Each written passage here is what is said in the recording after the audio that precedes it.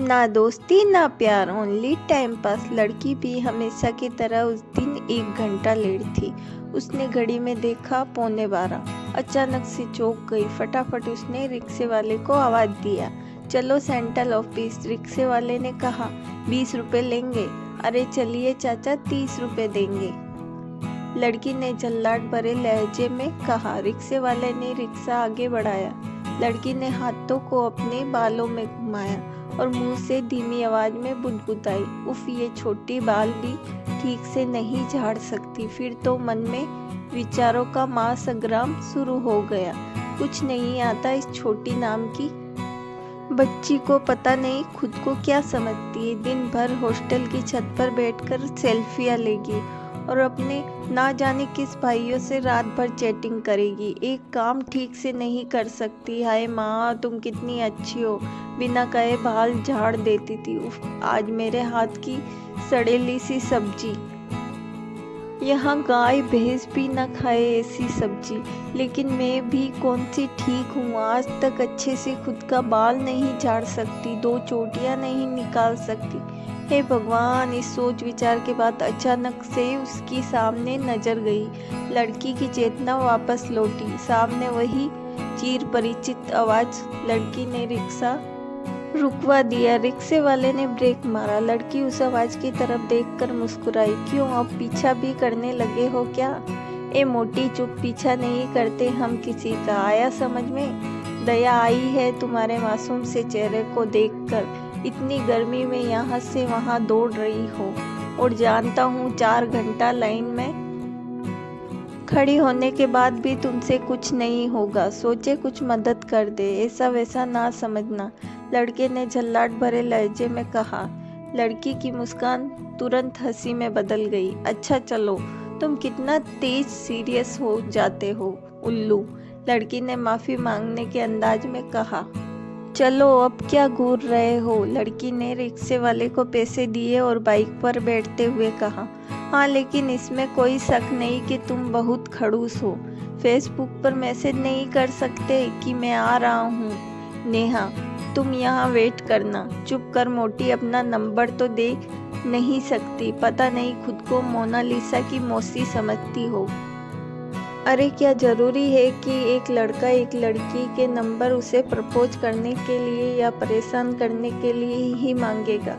क्या दुनिया के सारे लड़के इतने बुरे हैं और नीच हो चुके हैं? यार, इन फेसबुक फ्रेंड लिस्ट ने एकदम कबाड़ा कर दिया।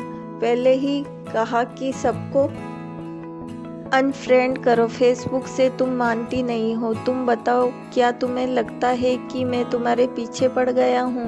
लड़के की बातों में स्पीड गाड़ी की स्पीड के साथ बढ़ती ही जा रही थी।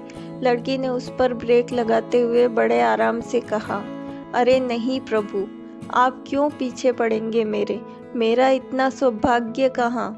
अब शांत हो जाइए कृपया, लड़की ये कहकर खूब हंसी। लड़का भी मुस्कुराकर चुप हो गया। मुंह से वही तकिया कलाम निकला, चुप मोटी, ए पापड़ गाड़ी संभालो।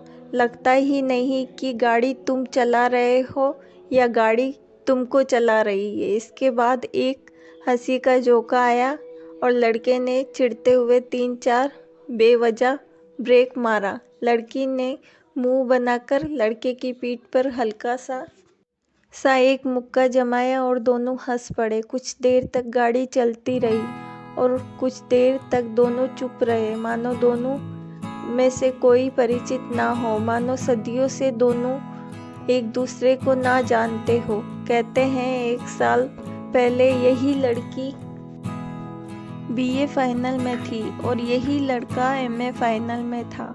दोनों एक दिन लाइब्रेरी में एक मेज पर बैठने को लेकर झगड़ बैठे। बाद में लड़के ने सबके सामने बहन कर माफ़ी मांग लिया। फिर लड़की को 4 दिन फेसबुक पर खोजने के बाद इनबॉक्स में खुद को शरीफ साबित करने के लिए रोना धोना शुरू किया। लड़की भोली थी, तितली सी। 2-4 दिन बाद सब कुछ भूल गई और फेसबुक पे धीरे धीरे बातों का सिलसिला इस कदर चला कि दोनों का झगड़ा एक अनजाने से रिश्ते में बदलने लगा, जिसे लव स्टोरी कहना अभी जल्दबाजी होगी और दोस्ती कहना मूर्खता साबित हो।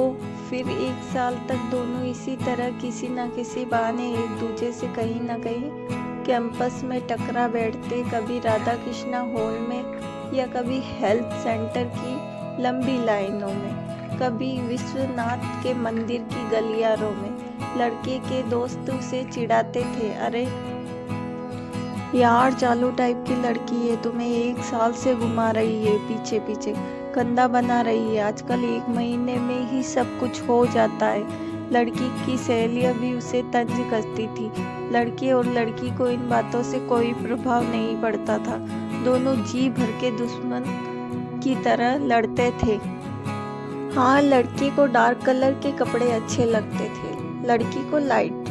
लड़का क्लास के बाद लड़की के साथ मधुबन में कॉफ़ी पीना चाहता था। लड़की क्लास के बाद ये कहकर सीधे हॉस्टल जाना चाहती थी कि मैं तुम्हारी गर्लफ्रेंड थोड़ी हूँ। लड़की को कविताएं और कहानियाँ और गज़लें बहुत पसंद थी और लड़के को हनी सिंह के रैप सॉन्ग, बीबर के गानों में उलझे रहना अच्छा लगता था। लड़की लंका पर कहीं छिपकर गोलगप्पे खाना चाहती थी। लड़का उसका हाथ पकड़कर लाता और मोमोज खिलाना चाहता था। लेकिन ठीक 1 साल 14 महीने बाद सितंबर 2024 को आया।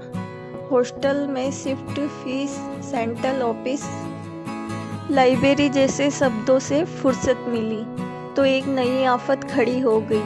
कल पता चला कि 10 दिन पहले लड़के के बाप ने उसे सिविल की तैयारी करने के लिए दिल्ली भेज दिया। फेसबुक, व्हाट्सएप बंद करके उसके हाथ में एक सिंपल सा मोबाइल दे दिया गया। पता चला दोनों में कई महीनों से बातचीत बंद है। लेकिन लड़का अब मेट्रो स्टेशन पर बैठकर कभी कभार मेहंदी हसन को सुनकर रात को कविताएं और गज़लें लिख लेता है। लड़की भी आजकल डार्क कलर का सूट पहने कभी कभार मधुबन में अकेले बैठकर कॉफ़ी पीते हुए पिटबुल और जस्टिन बीबर को सुनते हुए ना जाने कहाँ खो जाती है। इस तरह ये लव स्टोरी शुरू ही नहीं हुई। वीडियो अच्छी लगी है तो लाइक करें और चैनल को सब्सक्राइब करें। धन्यवाद।